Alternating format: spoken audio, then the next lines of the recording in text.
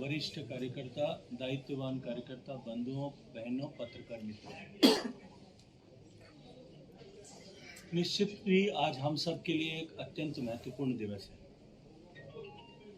क्योंकि आज का दिन और आज के दिन से ज़्यादा प्रेरणादायक और आज के दिन से ज़्यादा पवित्र दिन नहीं हो सकता, क्योंकि आज का दिन गुरुपुत्रों की शहादत, गुरुपुत्रों के बलिदान का दिन है। आज का दिन और भी महत्वपूर्ण इसलिए है क्योंकि आज सरदार उधम सिंह जी का भी जन्म दिवस है और भारतीय जनता पार्टी पंजाब प्रदेश के सभी कार्यकर्ताओं के लिए आज का ये पवित्र दिन और भी महत्वपूर्ण हो जाता है कि आज हमने पंजाब प्रदेश के चुनाव कार्यालय का, केंद्रीय कार्यालय का उद्घाटन, केंद्रीय कार्यालय का प्रारंभ आज हुआ है।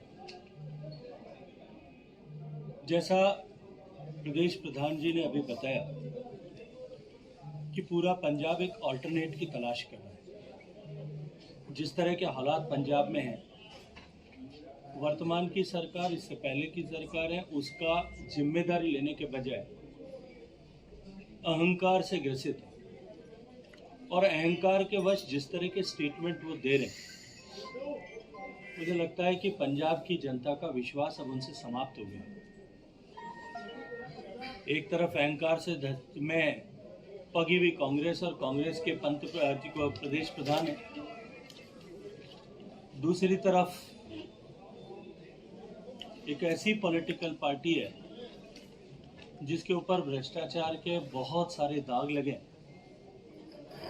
एक तरफ ऐसी पॉलिटिकल पार्टी है जो अपने एम्प्टी प्रॉमिसेस के लिए पूरे दिल्ली के सामने और देश के सामने जगजाहिर हो चुकी है, जिसने झूठे सब्ज बाग दिखा करके और अब तो दिल्ली के एमसीडी के 13,000 करोड़ रुपए रोक करके दिल्ली के विकास में जो पार्टी बाधा बनी है, वो एक झूठे कांच और सपने लेकर के यहाँ पंजाब में आई है।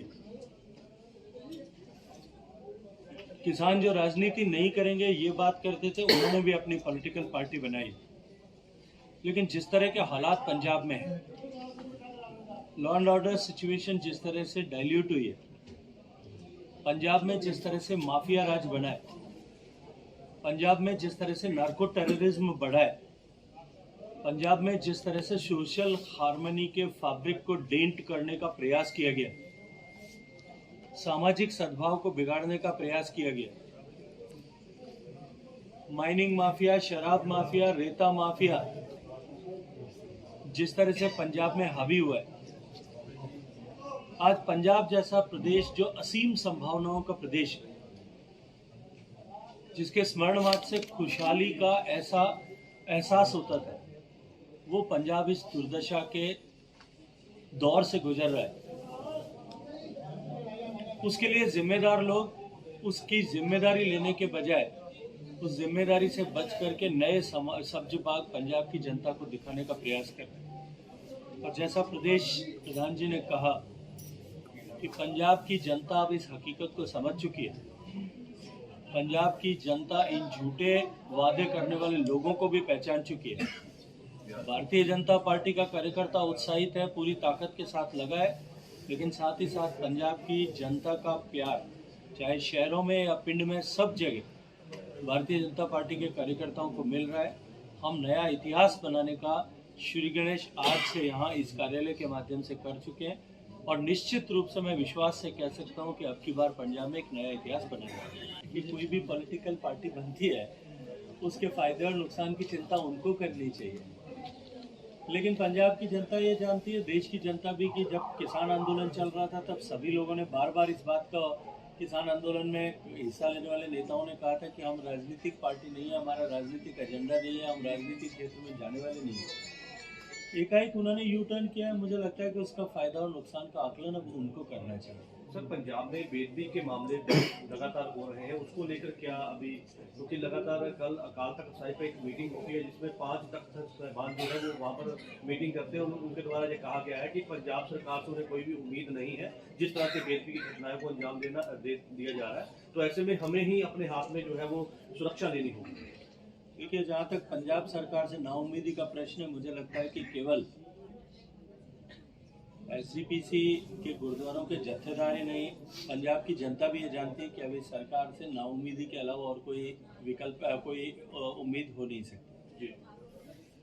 पंजाब के जनता ने भी जो है इस सरकार से उम्मीद छोड़ दी, लेकिन निश्चित ही इस बात की जांच अवश्य होनी चाहिए कि ये बेअदबी की घटनाएं चुनाव से ठीक पहले ही क्यों होती हैं।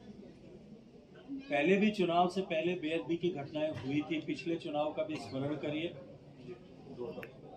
विभिन्न धर्म और संप्रदाय के मंदिरों में इस तरह से धार्मिक भावनाओं को आहत करने के प्रयास किए गए थे। कुछ लोगों की गिरफ्तारियां भी हुई थी। मुझे लगता है कि जांच करने वाली एजेंसीज को उसके परिप्रेक्ष्य में भी जांच करनी चाहिए और इसकी तह तक जा करके कौन पंजाब के सामाजिक सौहार्द को बिगाड़ करके राजनीतिक लाभ को प्राप्त करने की कोशिश कर रहा है, उनको बेनकाब करना चाहिए। ये समय आ गया है जब पंजाब में ऐसे षड्यंत्रकारी लोगों को पंजाब की जनता के सामने लाने की आवश्यकता है।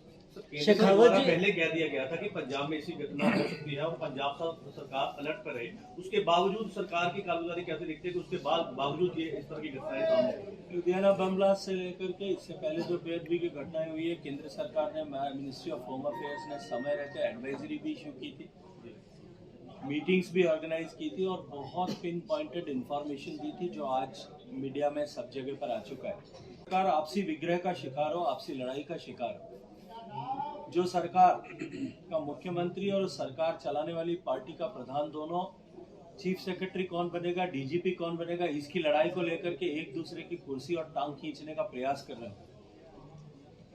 जिस सरकार में जो सरकार चलाने वाली पार्टी और सरकार का मुखिया दोनों एडवोकेट जनरल कौन बनेगा, इसकी लड़ाई लड़ रहे हैं। जो उनको करना चाहिए उसको छोड़ करके अपना प्रभुत्व स्थापित करने के लिए जो लोग झगड़ रहे हो, मुझे लगता है कि उनसे ऐसी उम्मीद नहीं की जा सकती, लेकिन अंततः सजा जो है वो पंजाब की जनता को भुगतनी पड़ रही है। सर, नवजोत सिंह सिद्धू के द्वारा एक बयान दिया गया था जिसमें कहा था कि कोई भी आता है और इंस्पेक्टर रैंक के ऑफिसर को जाके दम खाता है तो उसकी पैंट गीली हो जाती है। इसका विद्रोह जो है वो, मुझे लगता है कि बयान आपने ठीक से पढ़ा नहीं था। उन्होंने बयान ये दिया है कि एमएलए को इतना ताकतवर होना चाहिए कि जो आकर के अगर टांग जो है खड़ंजा मारे तो वो उसकी पैंट गीली हो जाए। देखिए, ये उनकी मानसिकता का परिचय है।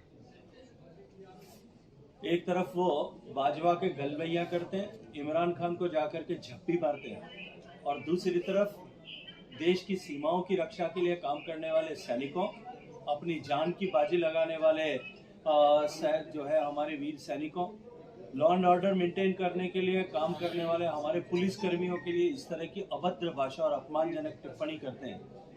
अपनी सिक्योरिटी छोड़ करके, जैसा उनको एक पुलिस के अधिकारी ने कहा है कि 4 दिन सड़क पर घूमना शुरू करें और उसके बाद में इस तरह की चर्चाएं करें, तो मुझे लगता है कि हकीकत उनको पता लग जाएगी। शेखावत जी, आजकल पंजाब में ये है कि आम आदमी पार्टी या दूसरे सब मुफ्त में बांटने के लिए घोषणाएं कर रहे हैं, तो हर चीज़ मुफ्त में दे रहे हैं, तो ऐसे कैसे चलेगा प्रदेश? आपके बीजेपी क्या इसमें? आज पंजाब के हालात जिसकी जिम्मेदारी निश्चित रूप से जो दो परिवार पंजाब पर इतने वर्षों से शासन कर रहे हैं, चाहे दिल्ली में बैठा हुआ गांधी परिवार होगा या बादल परिवार होगा, ये दो ही परिवार पिछले लंबे समय से पंजाब में शासन कर रहे हैं।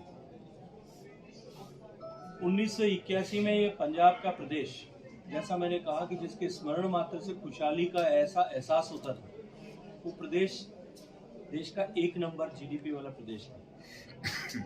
2001 में आते आते चौथे पायदान पर पहुंचा था। आज 2021 के अंत में जब हम बात कर रहे हैं तब 16वें पायदान पर है और लगातार फिसलता जा रहा है। जीडीपी ग्रोथ के दृष्टिकोण से अगर हम बात करें तो पंजाब प्रदेश देश की जीडीपी ग्रोथ का 1/3 ग्रोथ वाला प्रदेश है और देश में सबसे नीचे जीडीपी ग्रोथ वाला प्रदेश जो मणिपुर है उससे ठीक ऊपर है, लास्ट बट 1 पोजीशन पर। जिस पंजाब ने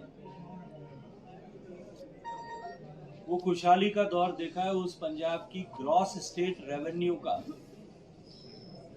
1/3 से ज्यादा हिस्सा डेब्ट सर्विसिंग में जाता है। 4 लाख करोड़ का कर्जा है।